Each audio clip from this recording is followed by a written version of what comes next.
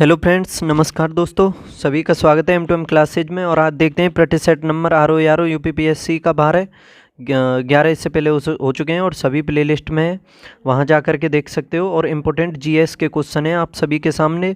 तो देर ना करते हुए मैं क्लास को स्टार्ट करता हूं आपके सामने, और चैनल को सब्सक्राइब कर लो अगर नहीं किया है तो। देखो, सबसे पहले डिस्कस करते हैं ये क्वेश्चन जो है क्वेश्चन नंबर 50, जो मैंने पिछली क्लास में आपसे पूछा था और उसका आंसर आपसे मांगा था कमेंट बॉक्स में। तो देखो इसमें कि लोकसभा की कार्यवाही में भाग लेने के लिए कौन सा अधिकारी नहीं होता है, यानी लोकसभा की कार्यवाही में कौन सा अधिकारी इन चारों में से जो भाग नहीं ले सकता है।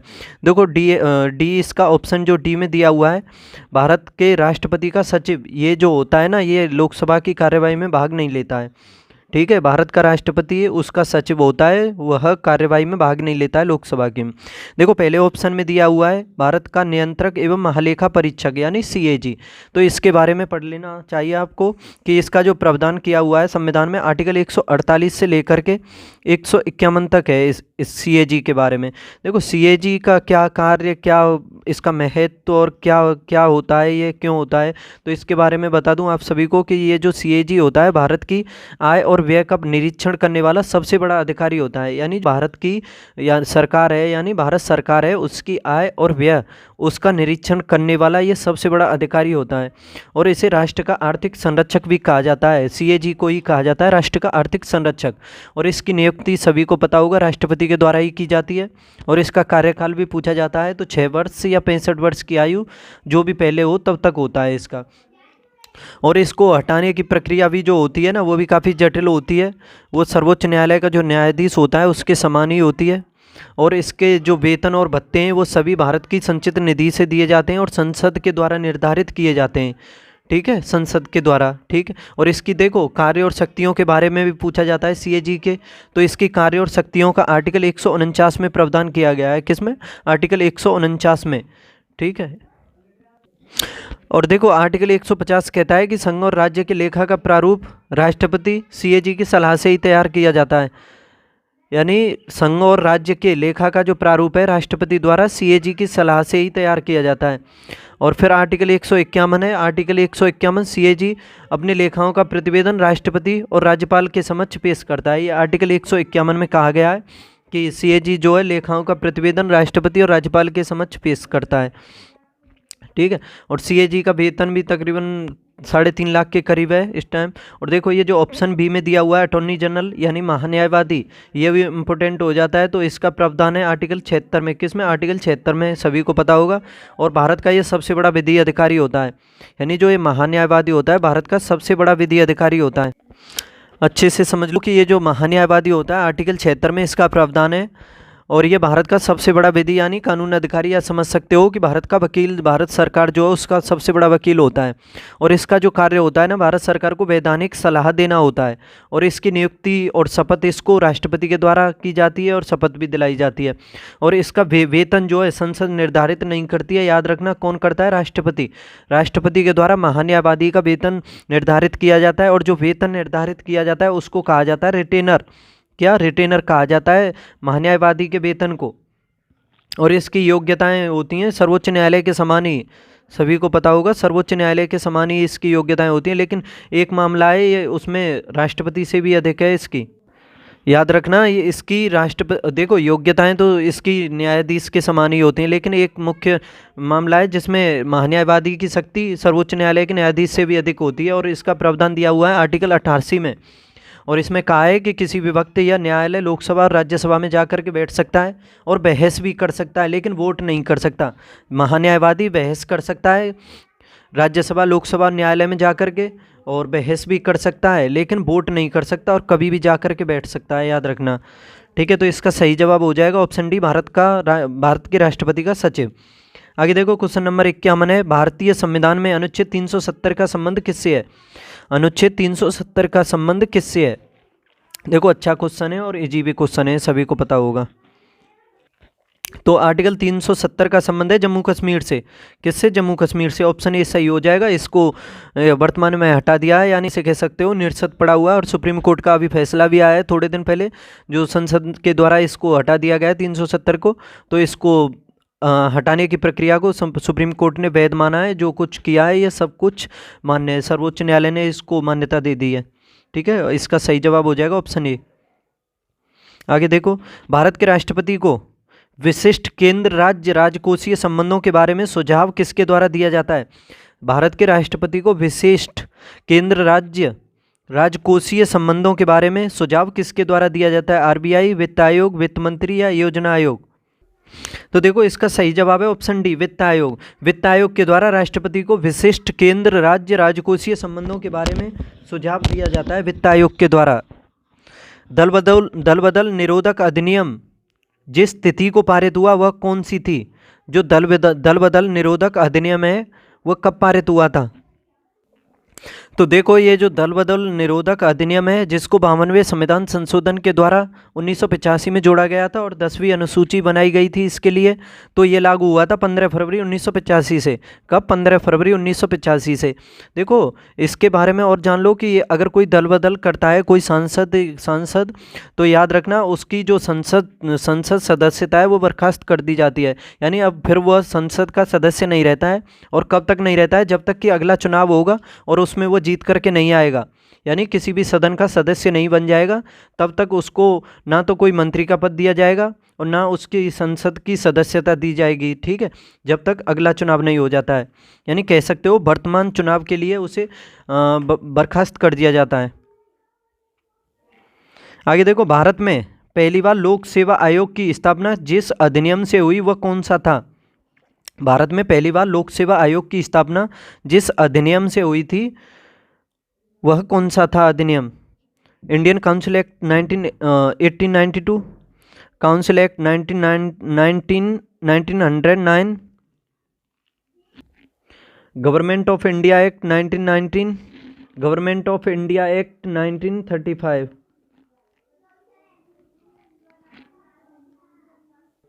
तो देखो इसका सही जवाब है option C, government of India act 1919।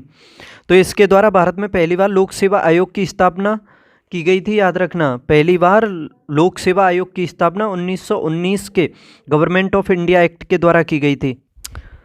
और देखो 1919 के गवर्नमेंट ऑफ इंडिया एक्ट को ही मोंटेगू चेम्सफोर्ड सुधार अधिनियम कहा जाता है। सभी को पता होगा क्योंकि इसमें मोंटेगू जो थे वो राज्य सचिव थे और चेम्सफोर्ड थे वायसराय।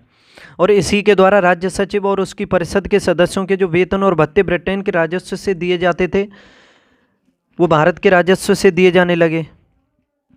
नहीं सॉरी, 1919 के द्वारा तो ब्रिटेन के राजस्व से दिए जाने लगे। जो भारत का राज्य सचिव और उसकी जो परिषद होती थी 1919 के द्वारा उनके वेतन और भत्ते ब्रिटेन के राजस्व से दिए जाने लगे। और इसी में भारत परिषद में सदस्यों की संख्या को न्यूनतम 8 और अधिकतम 12 निर्धारित किया गया था 1919 के द्वारा ही। और इसमें एक राज्य सचिव को सलाह देने के लिए एक नया पद बनाया गया था उच्चायुक्त का। ये भी पूछा जाता है कि उच्चायुक्त का पद कब बनाया गया? गवर्नमेंट ऑफ इंडिया एक्ट 1919 के द्वारा बनाया गया। ठीक है, और पहली बार इसी में प्रत्यक्ष निर्वाचन की भी शुरुआत हुई थी। किसकी? प्रत्यक्ष निर्वाचन की। और महिलाओं को भी वोट देने का अधिकार दिया गया था इसमें, महिलाओं को भी। और द्वैत शासन की भी शुरुआत हुई थी प्रांतों में 1919 के द्वारा ही द्वैत शासन की, जिसका अंत था 1935 में, सभी को पता होगा। और इसी में केंद्रीय बजट को राज्य बजट से अलग कर दिया गया था। केंद्रीय बजट को राज्य बजट से अलग कर दिया गया था और ये किया गया था एकवर्त समिति की सिफारिश पर। किस पर? एकवर्त की पर। और इसी अधिनियम के तहत इंपोर्टेंट ये क्वेश्चन है, लोक सेवा आयोग का गठन किया गया था। ठीक है, तो सही जवाब है ऑप्शन सी। समानता का अधिकार संविधान के निम्न अनुच्छेदों में से किसके अंतर्गत आता है? समानता का अधिकार, देखो समानता का अधिकार आपने अगर मौलिक अधिकार पढ़े होंगे तो पता होगा बिल्कुल। देखो संविधान में मौलिक अधिकार 6 हैं, सभी को पता होगा। सबसे पहला ही है मौलिक अधिकार ये समानता का, 14 से 18 तक है आर्टिकल।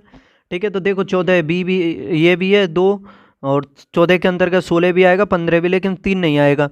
ठीक है, तो इसका सही जवाब हो जाएगा ऑप्शन सी, 2, 3 और 4। 2, 3 और 4 जो है ये समानता का अधिकार, इन 14, 15 और 16 ये तीनों आते हैं। इसके अलावा 17 और 18 भी आते हैं। आगे देखो, राजनीति में भारत में राजनीतिक व्यवस्था के मूलभूत लक्षण हैं। राजनीति में राजनीतिक व्यवस्था के मूलभूत लक्षण हैं। तो देखो काफ़ी अच्छा क्वेश्चन है ये आपके सामने, क्वेश्चन नंबर 56 की भारत में राजनीतिक व्यवस्था के मूलभूत लक्षण, यानी जो भारत में संविधान है उसमें ये कौन कौन से लक्षण मूलभूत हैं, ये सभी पूछा है। इसमें जो भारतीय राजनीतिक व्यवस्था है उसमें कौन कौन से ये लक्षण हैं जो आपके सामने संविधान में विद्यमान है। देखो इसमें पहला है क्या यह एक लोकतांत्रिक गणतंत्र है। दूसरा है इसमें संसदात्मक रूप की सरकार है सर्वोच्च, और तीसरा है सर्वोच्च सत्ता भारत की जनता में निहित है, और चौथा है इसमें यह एक एकीकृत शक्ति का प्रावधान करता है। तो देखो इसमें आप डी को देख पा रहे होंगे, एकीकृत शक्ति, तो ये तो बिल्कुल गलत हो जाएगा, क्योंकि भारत में एकीकृत नहीं, शक्ति का विभाजन है। यानी केंद्र और राज्यों में पढ़ा होगा आपने, जैसे समवर्ती सूची, राज्य सूची, संघ सूची, उन सभी के बारे में पढ़ा होगा। तो राज्य सूची, संघ सूची, तो शक्ति का तो विभाजन है, इस वजह से ये 4 तो गलती हो जाएगा इसका। और ऑप्शन देख लो जिसमें 4 ना हो। देखो इसमें 4 है, ये तो कट गया, ये उपयुक्त सभी भी नहीं होगा। और तीसरा देखो सर्वोच्च सत्ता भारत की जनता में निहित है, तो सही है ये तो। और इसमें संसदात्मक रूप की सरकार है, ये भी सही है। जैसे अमेरिका में और उसमें ब्रिटेन में देखा होगा आपने अध्यक्षतात्मक सरकार है, लेकिन भारत में संसदात्मक सरकार है। उसमें क्या बोलते हैं, अमेरिका में अध्यक्षतात्मक सरकार है और भारत में संसदात्मक है, और ब्रिटेन में भी संसदात्मक है। और पहला देखो यह एक लोकतांत्रिक गणतंत्र है, ये भी सही है। तो 1, 2 और 3 सही हो जाएंगे, 1, 2, 3 ऑप्शन भी सही है इसका। अब देखो इसमें ये सूची दी हुई है आपके सामने, और भारत के संविधान के अंतर्गत विषय तथा संबंधित सूची के नियमों में कौन एक सुमेलित नहीं है, वो जो सुमेलित नहीं है वो छांटना है। 1 क्या समवर्ती सूची के अंतर्गत आते हैं, शेयर बाजार समवर्ती सूची, डाकघर बचत बैंक और जन स्वास्थ्य राज्य सूची। देखो इसमें कौन सा मिलान सही नहीं है। 1 के बारे में तो मैंने बताया ही था आपको, 1-2 प्रतिशत पहले ही बता चुका हूँ कि 1 जो है 42वें संविधान संशोधन से समवर्ती सूची में जोड़ा गया था। तो इसमें बताना है कि कौन सा सही नहीं है, दिमाग लगाओ इसमें। तो देखो 1 तो समवर्ती सूची के अंतर्गत ही आते हैं, तो ये तो सही है। शेयर बाजार ये गलत है, क्योंकि ये संघ सूची का विषय है। डाकघर बचत बैंक ये संघीय सूची का है, और जन स्वास्थ्य ये राज्य सूची का है। तो इसका सही जवाब हो जाएगा ऑप्शन बी, समवर्ती शेयर बाजार संघ सूची। भारत में संघीय बजटों में से निम्न में से छोटा कर लेता हूँ। भारत में संघीय बजटों में निम्न में से कौन सी रकम सबसे अधिक होती है, कौन सी रकम है जो सबसे अधिक होती है बजट में। क्या योजना पर व्यय, गैर योजना व्यय, या आगम व्यय या पूंजी व्यय। कौन सी जो रकम है सबसे अधिक है भारत की संघीय बजटों में।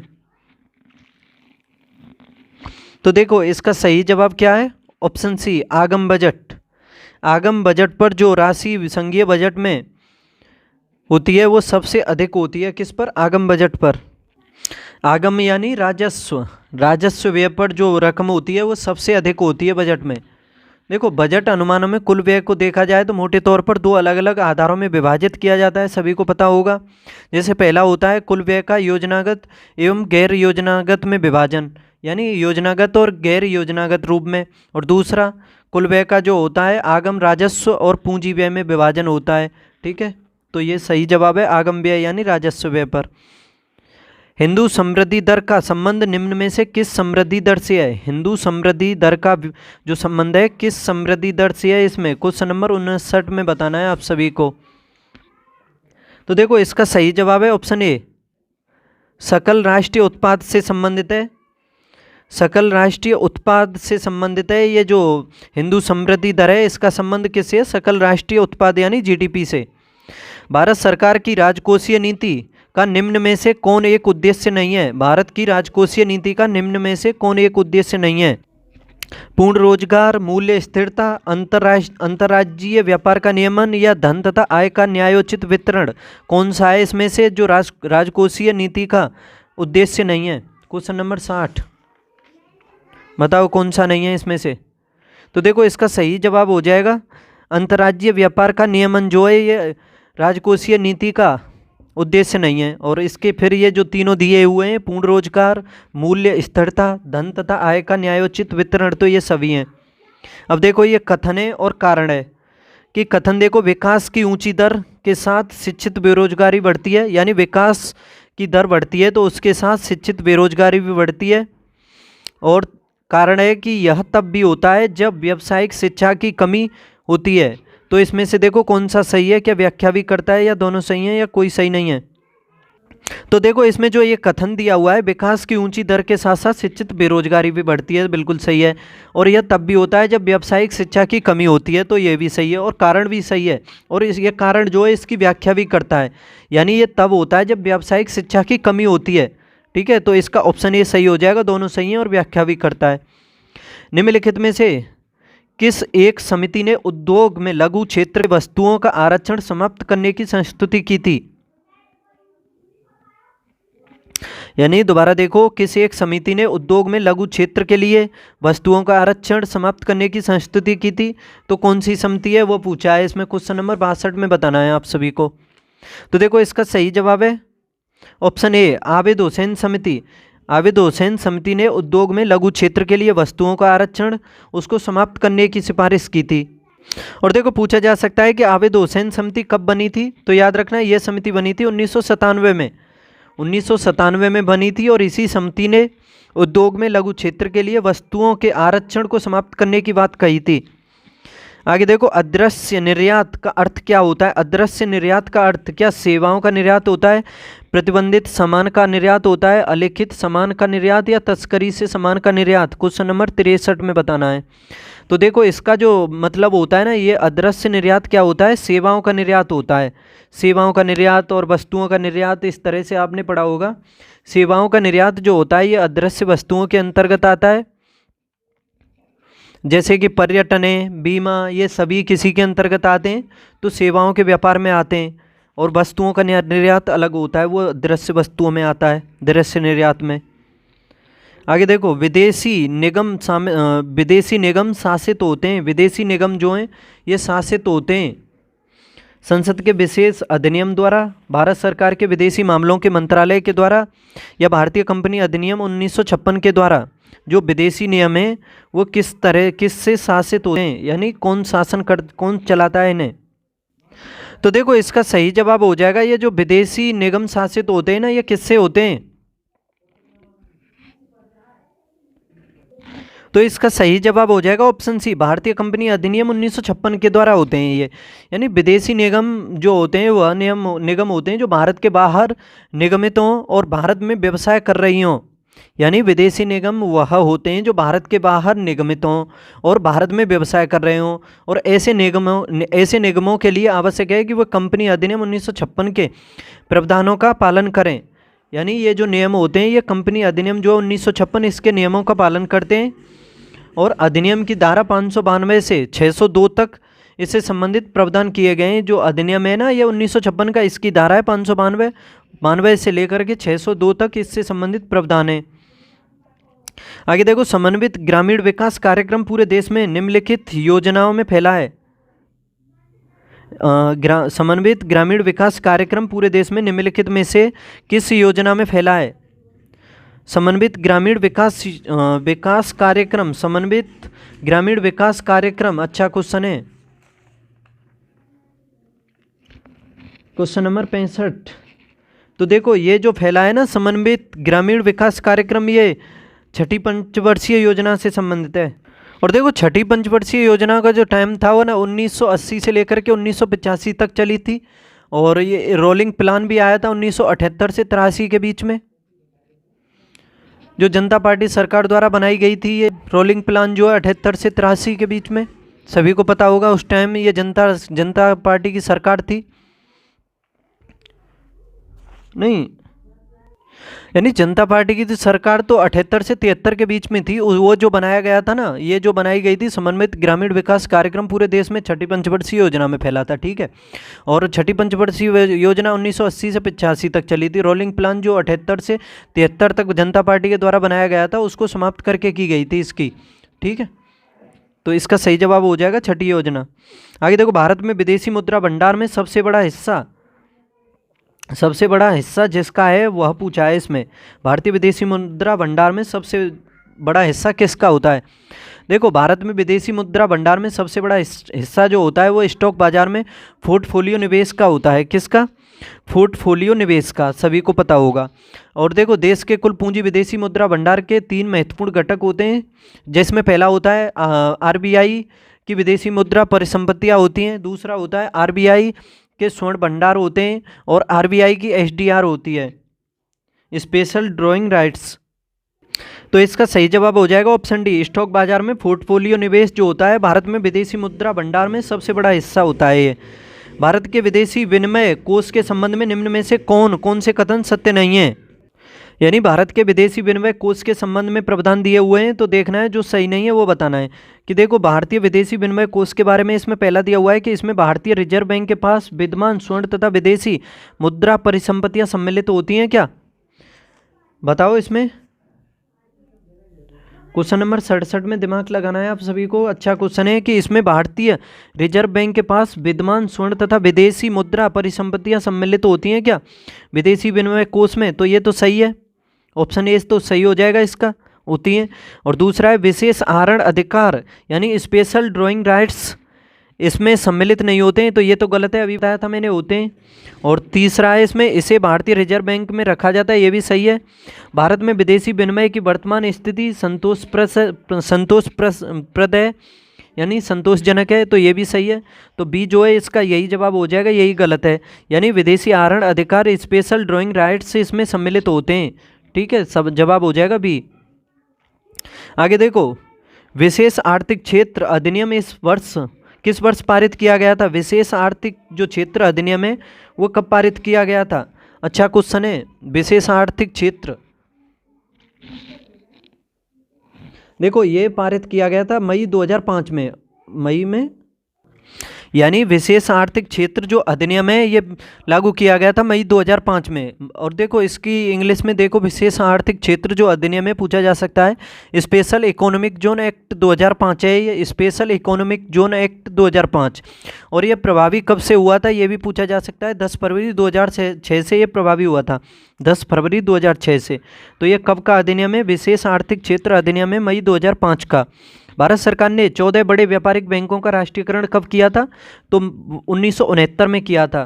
फिर 1980 में 6 बैंकों का और किया था, ठीक है, तो 1969 में। भारतीय रुपये की पूर्ण परिवर्तनीयता के प्रश्न का परीक्षण जिस समिति के द्वारा किया गया वह समिति कौन सी है? भारतीय रुपये की पूर्ण परिवर्तनीयता के प्रश्न का परीक्षण किस समिति के द्वारा किया गया था? तो देखो इसका सही जवाब हो जाएगा तारापोर समिति, जो दूसरी समिति थी, तारापोर द्वितीय जो समिति थी उसके द्वारा रुपये की पूर्ण परिवर्तनीयता के प्रश्न का परीक्षण किया गया था, ऑप्शन सी। उत्तर प्रदेश एवं मध्य प्रदेश राज्यों में संयुक्त राजघाट नदी घाटी परियोजना लागू की गई। उत्तर प्रदेश एवं मध्य प्रदेश राज्यों में संयुक्त राजघाट नदी घाटी परियोजना लागू की गई। कौन सी नदी पर की गई थी ये? उत्तर प्रदेश और मध्य प्रदेश राज्यों में संयुक्त राजघाट नदी परियोजना। तो देखो इसका सही जवाब है केन पर, केन नदी पर। बेतवा और केन के बारे में भी पढ़ा होगा, परियोजना के बारे में। तो ये राजघाट जो नदी घाटी परियोजना है ये केन नदी पर की गई है। निम्नलिखित में कौन सा सूचना प्रौद्योगिकी की शब्दावली का भाग है? सूचना प्रौद्योगिकी का कौन सा भाग है इसमें से? तो देखो प्रोटोकॉल, लॉगिन, आर्ची, ये तीनों ही भाग हैं इसके सूचना प्रौद्योगिकी के। निम्नलिखित में से कौन सा युग्म सुमेलित नहीं है? वृंदावन मंदिर क्या मथुरा में, JK मंदिर क्या लखनऊ में, विश्वनाथ मंदिर वाराणसी में, देवीपाटन मंदिर तुलसीपुर में।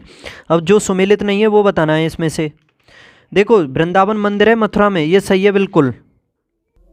और ये विश्वनाथ मंदिर वाराणसी में है, देवीपाटन मंदिर भी तुलसीपुर में, लेकिन ये JK मंदिर जो है ये लखनऊ में नहीं है, तो यही गलत है इसका जवाब, यही जवाब हो जाएगा इसका। पर्यावरण से अभिप्राय है, पर्यावरण से अभिप्राय क्या है? चारों ऑप्शनों में से देखना है, पर्यावरण से अभिप्राय पूछा है। देखो इसमें पहला ऑप्शन है कि भूमि, जल, वायु, पौधों एवं पशुओं की प्राकृतिक दुनिया जो इसके चारों ओर अस्तित्व में है, क्या ये पर्यावरण कहलाती है? यानी भूमि, जल, वायु, पौधों एवं पशुओं की प्राकृतिक दुनिया जो इसके चारों ओर अस्तित्व में है पर्यावरण कहलाती है, तो सही है ये। उन संपूर्ण दशाओं का योग जो व्यक्ति को एक समय बिंदु पर घेरे हुए है, ये भी पर्यावरण हो जाएगा। भौतिक एवं जैविकीय एवं सांस्कृतिक तत्वों की अंतःक्रियात्मक व्यवस्था जो अंतः संबंधित होते हैं। भौतिक, जैविक एवं सांस्कृतिक तत्वों की अंतः क्रियात्मक व्यवस्था जो अंतः संबंधित होते हैं ये पर्यावरणीय कहलाते हैं। तो ये उपयुक्त सभी हो जाएंगे, सभी सही हैं ये। पर्यावरण अपकर्ष से अभिप्राय क्या है? पर्यावरण अपकर्ष से तो देखो ये भी क्वेश्चन काफी अच्छा ही है। पर्यावरण अपकर्ष से अभिप्राय पूछा है इसमें, वो पर्यावरण था। देखो पहला है इसमें पर्यावरणीय गुणों का पूर्ण रूप से निम्नीकरण, ये भी सही हो जाएगा। और मानवीय क्रियाकलापों से विपरीत परिवर्तन लाना, ये भी सही हो जाएगा। तीसरा है इसमें पारिस्थितिकीय भिन्नता के परिणाम स्वरूप पारिस्थितिकीय असंतुलन, पारिस्थितिकीय भिन्नता के परिणाम स्वरूप पारिस्थितिकीय असंतुलन। तो ये तीनों ही सही हो जाएंगे, ऑप्शन डी सही है। वायुमंडल में ओजोन परत जो है वर्षा करती है क्या? प्रदूषण उत्पन्न करती है, परावैंगनी विकिरण से पृथ्वी पर जीवन की रक्षा करती है। तो यही सही है, सभी ने पढ़ा होगा, ऑप्शन सी। ठीक है, समताप मंडल में पाई जाती है ओजोन परत और वो पृथ्वी के वायुमंडल के लिए यानी लाभदायक है। और जो वायुमंडल में पाई जाती है, क्षोभमंडल में जो पाई जाती है, वह हानिकारक है। परावैंगनी किरणों से रक्षा करती है ये। आगे देखो, निम्नलिखित में कौन सा एक पारिस्थितिकी तंत्र पृथ्वी के सर्वाधिक क्षेत्रफल पर फैला हुआ है? कौन सा है इसमें जो पृथ्वी के पारिस्थितिकी तंत्र पर सर्वाधिक रूप से फैला हुआ है? इसमें पृथ्वी के क्षेत्रफल पर पारिस्थितिकी तंत्र पूछा है, कौन सा है इसमें? तो देखो सामुद्रिक पारिस्थितिकी तंत्र जो है ये पृथ्वी के सबसे अधिक क्षेत्रफल पर फैला हुआ है। क्यों? क्योंकि देखा होगा आपने कि तकरीबन पृथ्वी के 70-71% क्षेत्रफल पर जल है, बाकी पर स्थल है।